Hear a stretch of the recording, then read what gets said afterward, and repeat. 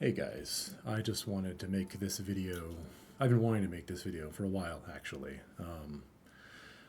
This is going to be a little different. Uh, the point of this video is to go over what's happened with the Dancing Dervish since I've been using it. I didn't start using when it came out. I started using it back in the end of 3.7, which was almost 5 years ago. And originally I was using someone else's guide, and they stopped updating it the next league. I started changing the build, and then I made my own guide, and now it's the build we have today.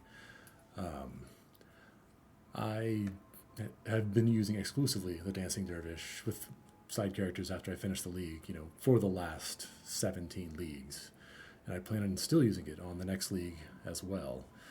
But I just wanted to talk about what changes have happened to the Dancing Dervish and what I believe may happen in the future to the Dancing Dervish. Since I started using it, when I started using it, it was very different than it is in its current state. It was not like the player cyclone. It was a strike skill. It was a line attack, basically. If you're familiar with Terror of the Docks, in the Docks, I think is what it's called. It's like a dog, one of the fire breathing dogs that spins around, and it goes a fixed distance for a cyclone, and then it stops. And I believe that is the same attack that the dervish used to have. And it had an interesting effect of, if you had enough attack speed and movement speed, it would make like little zigzag patterns all over the place. It would just like a dash, dash, dash, dash, dash really fast. And it looked very different from how it does now. What that also meant was that it it retargeted its AI after every attack, which sometimes made it difficult for it to focus on bosses. And that's why after the change happened back in 3.17, boss DPS went way up when it focuses on the boss. The problem is getting it to focus, because now that it uses a channel skill, it doesn't retarget like normal. I'm not sure how the targeting AI works now, but it's very different. I've seen like Gazi talk about it all the time. Anytime he brings up the Dancing Dervish, he brings up the AI issue because it'll try to attack something else, which does happen. Like I use Predator support. I had to work it into the build to make it work. And even with Predator, sometimes it can be difficult to get it to focus what you want it to focus. And having to constantly click Predator all the time can get a little annoying. Bellabong also had a lot of issues with that, and she stopped playing for a while because of that. It was just too much, and I can fully understand that. I'm just a psychopath who wants to keep playing the Dancing Dervish, so I'm not gonna stop. And that is the main point here, is that there are a lot of problems with the item right now, but overall, I think Path of Exile as a game is in a very good place. I'm not super excited for Path of Exile 2 because I don't believe it's going to have the Dancing Dervish in there, and that's why I play the game. I play the game for the Dancing Dervish. Like, I try other characters. I've played hundreds of builds over the last 11 years. Nothing is as fun as this. Flicker Strike comes close, but it's not. It's not nearly on the level that I enjoy the Dancing Dervish. But I'll still play Path of Exile 2 when it comes out because it looks fun. Just like I played D4, I played Lost Ark. I plan on playing Lost Epoch eventually at some point. And they didn't really draw me in. Like the campaign were okay for the ones I played, and then they got boring really fast. I believe that has to do with the end game in a lot of those cases, but also because the builds just don't feel quite as fun. But yeah, no, I think that the future for the Dancing Dervish is not super great because it's been getting nerfed and nerfed and nerfed, or specifically, my build. Like, obviously, starting, like, the big one was 3.15, where they nerfed everything. There's a 40% damage reduction across the board, and that really hurt. But, I've made a lot of changes. I took out a lot of the Abyss jewels. We don't use Tomb Fist or Command of the Pit anymore. We don't use Bubonic Trail anymore.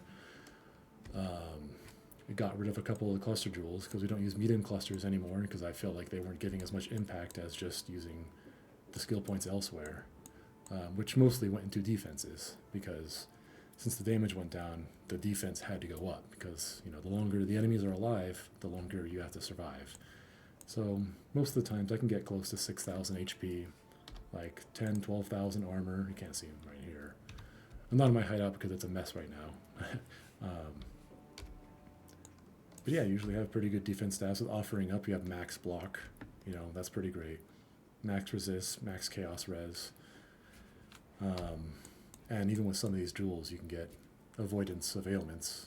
I think I have, like, yeah, like, I think it should say on here, right? Yeah, poison and shock. I usually have full ignite and full poison avoidance. I didn't this league because it didn't seem as important. When they got rid of survival instincts, which was really bad too. I had to work in brutal restraint, you know, to get the trader, which that cost us an abyss, or actually no, it was the same because it used the jewel slot, but it cost an extra passive slot, which is not cool because we need those, you know. Obviously, I could do that by getting more levels. 96 isn't super high, but that's 96, 98 is where I typically stop. If you took the build to 100, you get a lot more value out of it. You can either take more HP nodes, or what I recommend is taking this, because, you know, if you have, I don't have brittle on this one. Sometimes I get brittle, sometimes I get the carry golem effect. That was another big nerf this league, getting rid of the helm enchant. I did the math, and that was a 12% damage loss, which is over 1,000,000 DPS for this build. It's pretty significant. Getting rid of the alternate quality gems, you know, the whole reason for Ashes of the Stars was because a lot of those gems were great, you know. We don't get the full movement speed off of this anymore. Like Convocation, Anomalous Convocation used to give 100% move speed with Ashes of the Stars, and that was great because then you could sacrifice some of the move speed implicits or modifiers off the jewels, which now we need at least a handful. They got rid of the mana reservation off the Amulet Ashes of the Stars, which wasn't a big deal this league because we have charms, you know, and we have reservation efficiency, and then also, like, immune, no banners don't reserve anything anymore, but they're going away next league, so that means we're going to have to probably use another couple passive slots to get the mana mastery. I forget what this is down here. There's a, yeah, I think it's this one, yeah.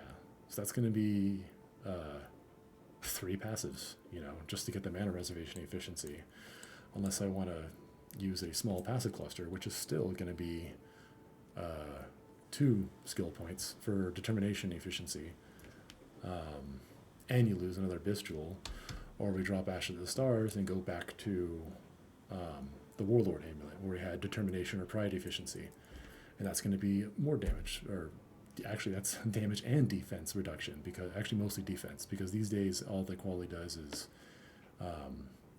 it buffs Steel Skin, buffs your offering, buffs determination. I guess it buffs Dread Banner, which, and haste. You have all haste, but a lot, and the carrying golem, of course. So I mean, that's a lot of stuff that's going to be lost next league, and I'm hoping obviously that they add something in the next league that's going to buff, because typically they've usually added something that made up for the losses, or I found something to work out to deal with the losses and damage. But yeah, it's at every league it hurts, like having to rework this entire build just to get like my 12 million DPS, which to me is high, but to regular players that's nothing, you know. Like meta builds easily get 20, 50 million DPS with probably half the investment, you know. Like I think Ashes went down a lot, so maybe I dumped maybe 40 Divines into this build, which is significant, you know. I used to be able to do all content in the game on like 2 Exalts, back when Exalts were the main currency. But now we don't. And so that's my worry for the future, is there's probably not going to be any buffs, because we haven't had a buff for the Dancing Dervish in a long time. The heist enchant is probably like the last buff it got, you know. If there's like, the problem also we're working with here is it triggers a level 15 Dancing Dervish, which is unscalable, that uses a level 1 Cyclone that's also unscalable. Like, these are things that there's no way to get big push on this, you know. And I'm not trying to get it up to like meta DPS levels. It's a million build, you know. Like, it'd be too easy if it was walking simulator and everything just dies. Like, some skill has to be involved to keep it fun. But I like being able to do Ubers with the build, you know. I like being able to easily farm invitations.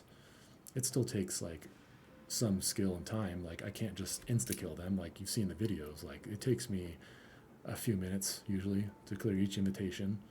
And the Ubers take me a handful of tries or more to kill, but I can do them, and I like that. And I feel that next league, if we don't get something to make up for the big loss, like that, Ubers might not be on the table anymore, you know. And I don't like that because I like being able to do all 40 challenges with this build, which I did this league and I did last league, and I believe I did it the league before that too, or all 40 challenges with just this build. And I think I did it all the way back through Crucible even,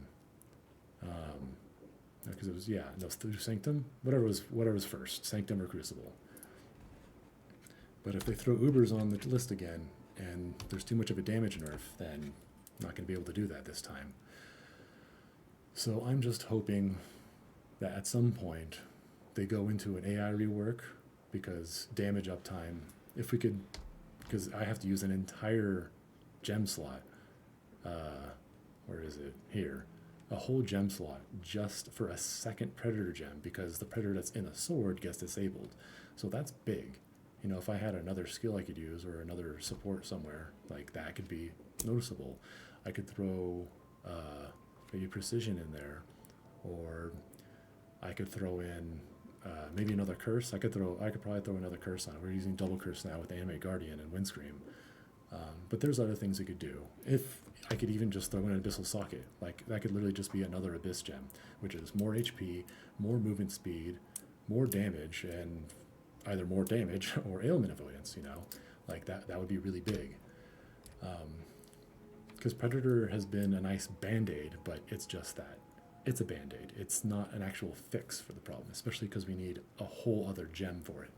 So I'm hoping at some point they go back and revisit this issue and just make it feel fun again, because Dancing Dervish is still fun, but it was so different back before 317.